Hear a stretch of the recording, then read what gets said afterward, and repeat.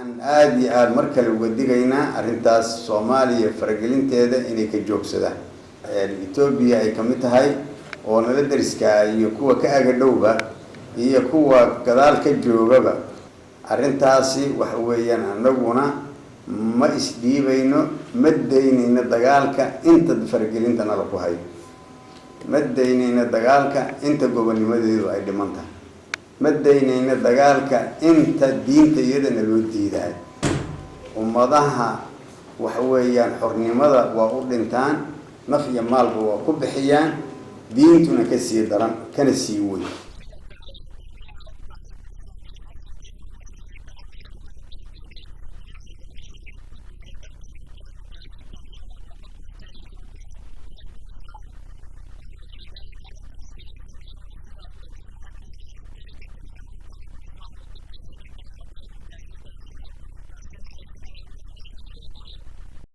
marka warkaasuna war sax maaha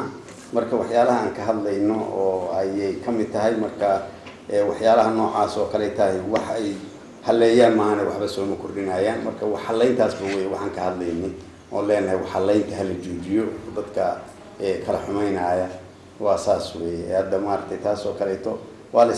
la iska fahmaya waxa weey waxa la rabaa in loo saciyo oo waxa weeyaan dadka oo dhan waa rabnaa inaan midayno laakiin waxa la rabaa in loo saciyo walawadaas xarako oo shabaab mujaahidiin iyo xisbi islaam labadaas la rabaa in la mideeyo iyo cidii kale hadda maartay mudan arintaas baarkii muxuu ahaa danaynaysa laakiin hadda waxyaalaha saasi waa waxyaalaha aan xoogaa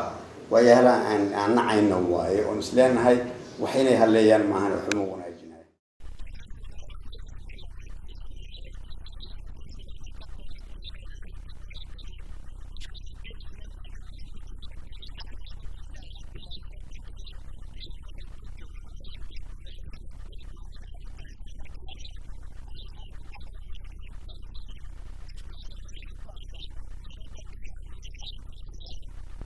هدي نبيك صلى الله عليه وسلم يعني دنبيال مثلا دنبيك مثلا إلهي لقى قاله وحرام تقف وكره توبة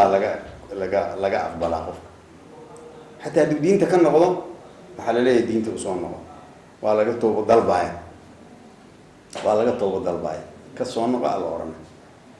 مركا هدو الدين ده مركز حكم كي كلا قبسنا لكن هدو صون غضب ولا أقبل hadduu qofku nabiga ku xadgudbo oo nabiga caayo oo ku xadgudbo in tooba laga aqbalay in laga aqbalin muslimiintu isku khilaafsan sida loo badan yahay in laga aqbalin sida loo badan yahay in laga aqbalin ninkii nabiga ku xadgudba wax weeyaan waxba islaamku uma reebo illa masdarkii islaamka dhan uu ka yimid uu ka duminay haddii aysan ula kacahayn marka ula kac waa ahayd TV dhan oo maartay caalami ah inuu barnaamijkaas ka qayb galo ula kac ma la yeela ula kac marka waxa weeyaan toobadaas xataa waxa weeyaan bahalkii maxay in la aqbalay in la aqbalina islaamka xaqiisa ba ka tahay in la aqbalina xoog badan haddana marka duruufta jirta darteed oo intaad ogeed ay soo socotay arrintaas oo caalamka islaamiga uu ka qayliyahay oo Soomaalida intaas maartay bahalkii maxay ahayd boqolkiiba boqol muslimiin ay yihiin oo boqolkiiba sunniyiin ragga maartay ku dhex faafiyay rag qasad leh ahay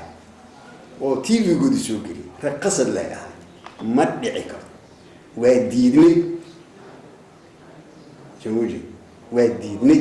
toobadaas ha cadaato islaamku oo dhan markii maartay bahalkii cadaatana laakiin warkaan maartay inta oo la geliyo maartay bahalkii muxuu ahaa qashinkii la soo daayo haddana la yiraahdo waa ka tooba keen mudda nabiga lagu aqbalay